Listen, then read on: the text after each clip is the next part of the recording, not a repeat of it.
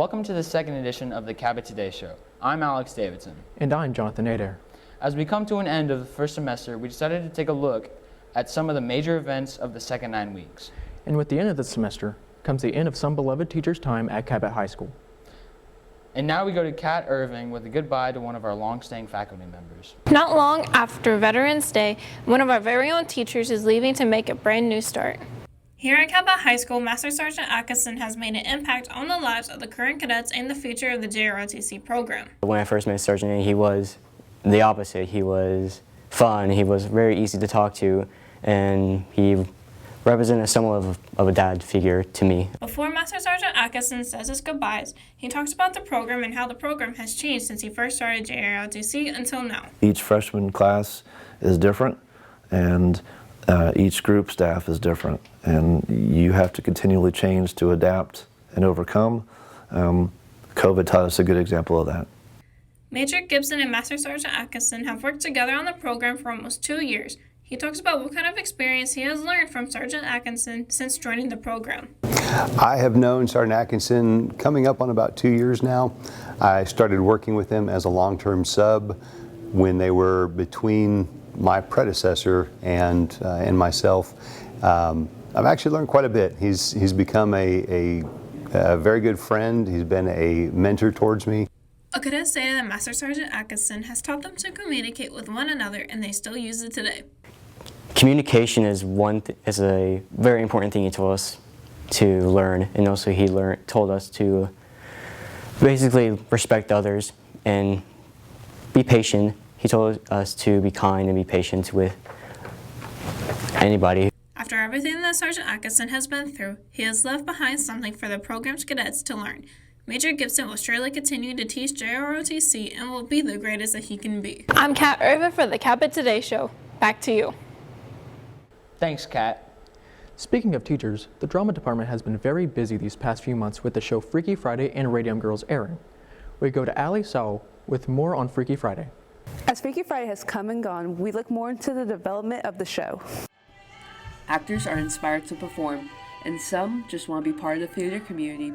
These actors, our classmates, were inspired at one point of their lives and now show us their talents on stage. My favorite part was meeting all my friends and getting to work with really great people, because this was probably one of the first productions where I was friends with almost everyone in the cast and I knew everyone. And I would also just say getting back into theater and getting back on the stage, because I haven't been able to do that since COVID. And I always had a love for performing, and I knew that when I moved here I wanted to do theater and I wanted to pursue that and potentially have that as my career. So I just really love doing it, and I love performing, and I love every aspect of it. It's not just a show for the students, it's a show for the whole community. The Freaky Friday performance has been planned for 3 months, making the actors work very hard to prepare to be on stage in front of 8 schools, including public Saturday and Sunday shows. Performing in front of my peers wasn't really challenging. You know, I have no problem with really being myself or being a different character and just going out there and doing it. But I came in late, so it was a little challenging at first, but practice and repetition, and I got it eventually. Performers have been working hard all semester. They have been practicing in their classrooms and even having to stay after school to practice. They have put their own blood, sweat, and tears into their performance. These actors are hard-working students and amazing performers. I'm Ali Sowell from the Cabot Today Show. Back to you. Thanks, Ali. Now we go to Angel Duncan with more on Radium Girls. The theater department showcases a variety of productions, one of them being the straight play entitled Radium Girls. In the 1920s, the U.S. Radium Corporation was founded. Girls would use radium paint to paint the dials on watches. The girls would point the brushes in their mouth, so they consumed a lot of radium, and it caused a whole thing where a lot of girls passed away. And so the whole story about the Radium Girls play is about the court case and leading up to it. Radium Girls was brought to the One Act State Festival in Russellville, where many students in the state of Arkansas showcased their talents. We got to watch the other shows that went that day, and we also got to do our performance, and we have to bring all of our own set pieces, all of our own props, and all that we have is just a bare stage and basic lights. The second production of the semester is vastly different from the musical Freaky Friday. Mrs. Shepard is usually the technical director, but for this show, she filled in the play director role as well. When you're directing, I'm out now also working with the actors, and I'm working on character development, and I'm working on blocking, which is the movement of actors on stage, and so it's a whole different experience than what I usually do backstage. Also, changes in atmosphere from the auditorium to the black box and the seriousness of the play bring a new side of the actor's potential. In the auditorium, you really have to summon it to get across to get to the back rows. But in the black box, it's less difficult, and also it's more intimate in the black box, I'd say, because you're closer to the performers. Reporting for the Cabot Today Show, I'm Angel Duncan. Back to you. Thanks, Angel. There's more than just the drama department practicing their shows. We also have esports honing their skills for the upcoming spring season. We go to Austin LeMay for more. Basketball, baseball, and football as a sport here at Cabot High School. But what some people don't know is that there are other options to play those sports outside of those facilities. Esports is an online competitive gaming program that is offered as an option to participate in during 0 hour here at Cabot High School. Because I like to play video games and I'm very competitive, and just want to play at a competitive level. It's been really good. We've been playing really hard and been working. The 2021 season was very fun, very nice. We faced some really tough competition out there. Me personally, I like to use the Bills, have really good offense, really good defensive schemes.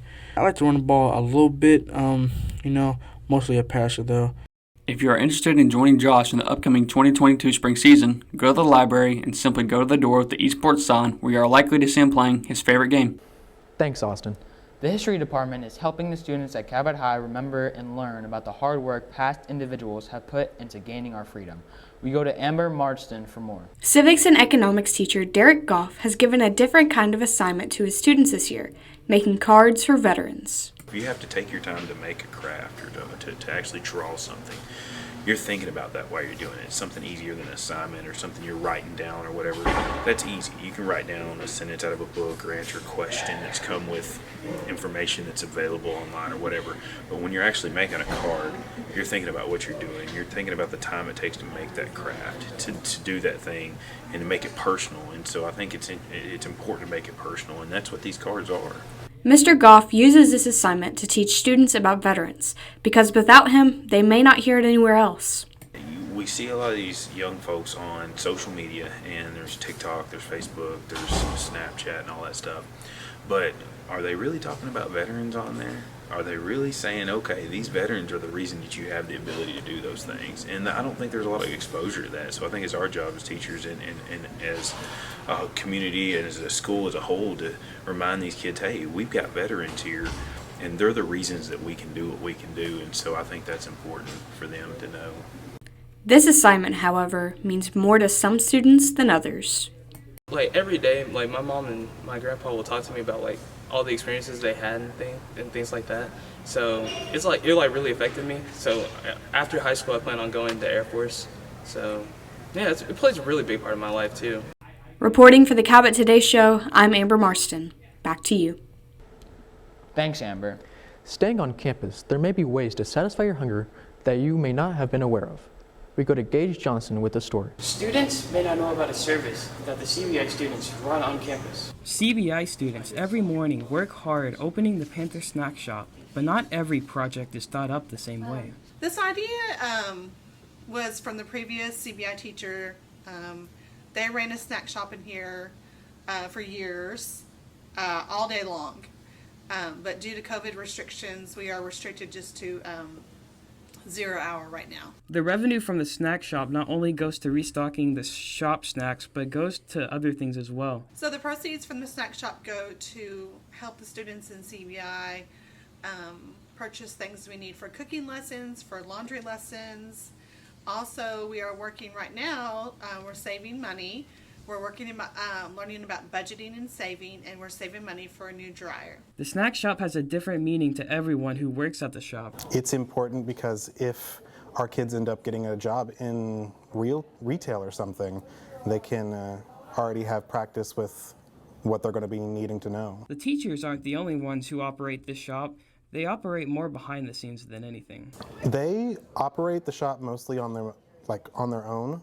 They take the money, they hand you what you want, they help me count out how much money we made for the day, and they help us make a deposit at the end. There are a few different roles a student can take on in the snack shop. One student was able to tell us more about her specific role. I hold this big old sign that says everything's $1 for $1. Students work diligently to make the snack shop happen every morning for the campus. The store is open every day during 0 hour, open for students to come and buy snacks just for $1. I'm Gage Johnston from the Cabot Today Show. Back to you. Thanks, Gage. For those who don't know, our CHS Wind Symphonic Band got the chance to perform at Carnegie Hall this week. Here's Cadence Counts with the story. The Cabot Band program never seems to disappoint when it comes to performances, work ethic, and just pure talent. This year, the band gets to show off all of their hard work at a once-in-a-lifetime opportunity. The Cabot Wind Symphony Band students have been working diligently making sure that not only their work is done a week early, but also practicing extra hours almost every day just so they can be able to go on this trip. We go to head band director Mr. Hart to tell us how this opportunity came about. Well, it's kind of a blessing from COVID, actually. Multiple band trips got canceled because of COVID restrictions, leaving open spots for groups to claim. The way it came back around was I had submitted audition recordings and applications to the National Concert Band Festival in Indianapolis, and was trying to get us into that for spring of 2022. They canceled that as well, moved it back to 2023. Mr. Hart says that the director at Arkansas Tech invited the high school band to attend alongside them at New York after the Cincinnati Wind Band dropped out of their performance. Had an opening on the program, and so we took it. That's how we got in. The biggest thing I'm super excited about is actually getting to play in Carnegie Hall. It is probably the most famous concert venue in the world, and it's an honor to get to play there. And it's an accomplishment to be one of the performers that gets to go. I'm Cadence Counts with Cabot Today. Back to you. We would like to take this opportunity to thank the Cabot Today Show crew for working so diligently on the show. We would also like to thank the viewers for the amount of support on the first edition of the Cabot Today Show. I'm Alex Davidson. And I'm Jonathan Nader. And this has been the Cabot Today Show.